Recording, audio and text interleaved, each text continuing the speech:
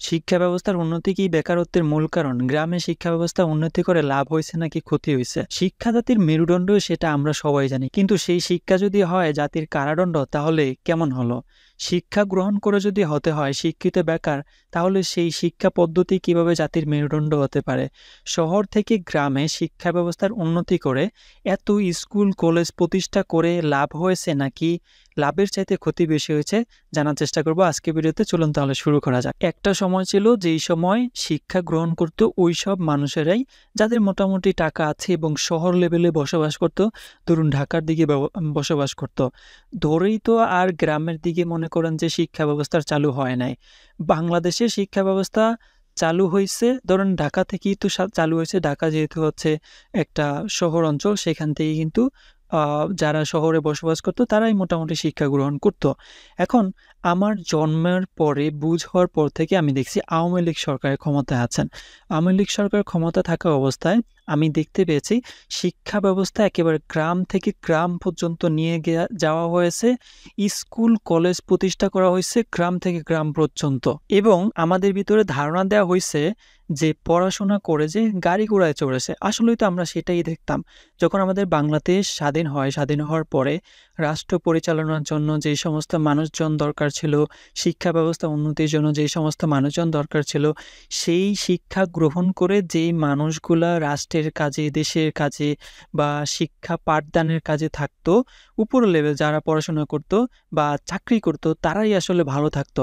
গ্রাম অঞ্চলে যারা কৃষিকাজ করতো, রোদে পুড়ে বৃষ্টিতে ভিজে কষ্ট করে কৃষিকাজ করতে হইতো, ওই নদীর ভিতরে যেখানে যাওয়ার পরে ফিরে আসবে কিনা সেই রকম কোনো নিশ্চয়তা থাকতো না। সেই জেলেগুলোও চিন্তা করতে থাকলো যে আসলেই তো শিক্ষা যারা গ্রহণ করে তারাই তো প্রকৃতি সুখী, পড়াশোনা করে যে গাড়ি ঘোড়ায় চলেছে, আসলেই তো ঠিক আছে। এখন এই যে গ্রাম অঞ্চল পর্যন্ত শিক্ষা ব্যবস্থা চালু করা হয়েছে ঠিকই, চালু করে আসলে কি হয়েছে?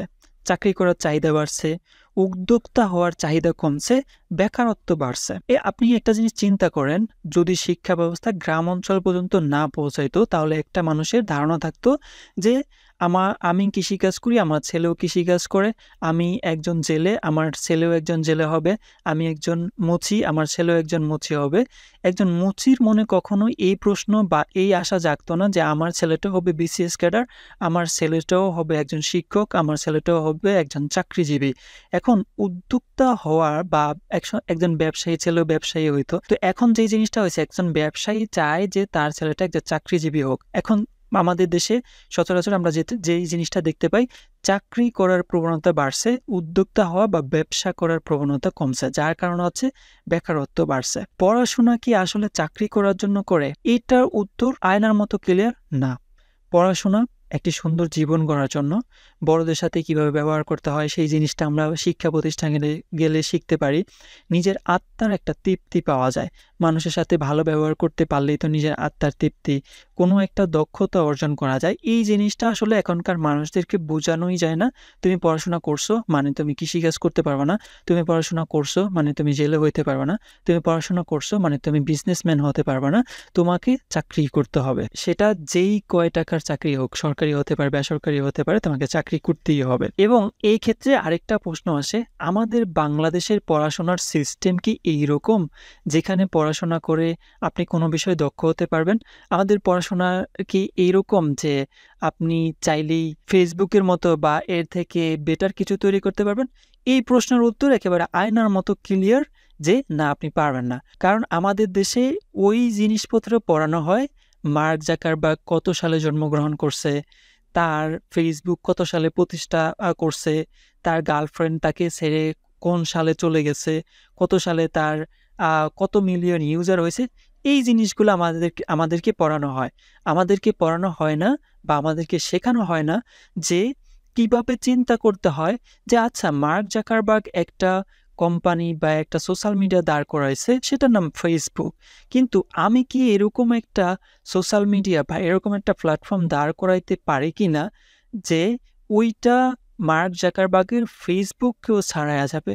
ফেসবুকে যত মিলিয়ন বা যত ট্রিলিয়ন ইউজার আছে, তার সেই ফেসবুককে ছাড়াইও আমার এই সোশ্যাল মিডিয়া বা আমার এই প্ল্যাটফর্ম অডিয়েন্স জেনারেট করা সম্ভব। আমাদের বাংলাদেশের পড়াশোনায় আসলে ওইটা সম্ভব না। আমাদেরকে পড়া হয় কবিদের জীবনী। আমাদেরকে পড়ানো হয় না যে কিভাবে একজন কবি হওয়া যায়, কবির মতো করে চিন্তা করা যায়, কবির মতো করে কবিতা লেখা যায়।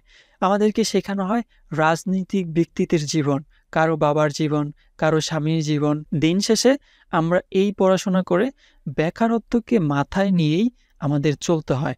বাংলাদেশের পড়াশোনা সিস্টেম এইরকম না যে আপনি পড়াশোনা করেই আহামরি কোনো একটা কিছু করতে পারবেন, আহামরি কোনো একটা কিছু অর্জন করতে পারবেন। খুবই ইন্টারেস্টিং একটা বিষয় কি জানেন? সেটা হচ্ছে গুগলে, ইউটিউবে বা ফেসবুকে চাকরি পাওয়া অন্যান্য কান্ট্রিতে এটা কোনো বিষয়ই না। এটা সাধারণ একটা বিষয়। সাধারণ আমরা যেরকম প্রাণ কোম্পানিতে চাকরি পাওয়াকে, সেলসম্যান হিসেবে চাকরি পাওয়াকে সাধারণ একটা বিষয় মনে করি, ওইসব দেশে এই ধরনের চাকরি পাওয়া সাধারণ একটা বিষয়। কিন্তু আমাদের দেশে গুগলে চাকরি পাওয়া এটা খুবই, খুবই, খুবই, খুবই একটা আনন্দের বা গর্বের বিষয়। এটা পত্রিকায় একেবারে শুরুর পেজে হেডলাইন হিসেবে যায়। এটা আসলে কখনো উচিতই না বা এরকমটা কখনো হওয়াই উচিত ছিল না। এখন আসলে আমাদের কি করণীয়? করণীয় নিজের জীবনকে নিজেই গোছানো, নিজের জীবনকেই নিজে গুছিয়ে নেওয়া। কিভাবে? সেটা একদম সিম্পল। আপনি একাডেমিক্যালি যদি পড়াশোনা না করেন তাহলে বাংলাদেশে কোনো চাকরি বা কোনো জায়গায় আপনার মান থাকবে না, সেটাই স্বাভাবিক। এইজন্য আপনাকে একাডেমিক্যালি বাংলাদেশের যে পড়াশোনার সিস্টেম আছে সেই সিস্টেম অনুযায়ী চলতে হবে। তার পাশাপাশি নিজেকে গড়ার জন্য বাহিরে অনেক বিজনেসম্যান ব্যক্তিদের বই পড়তে হবে।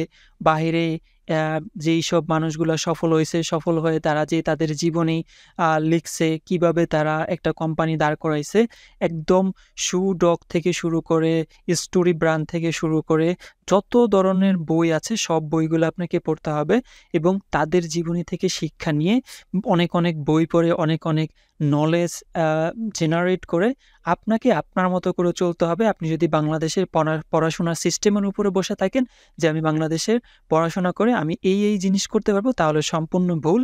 আপনাকে নিজের মতো করে নিজের জীবন গুছায় নিতে হবে।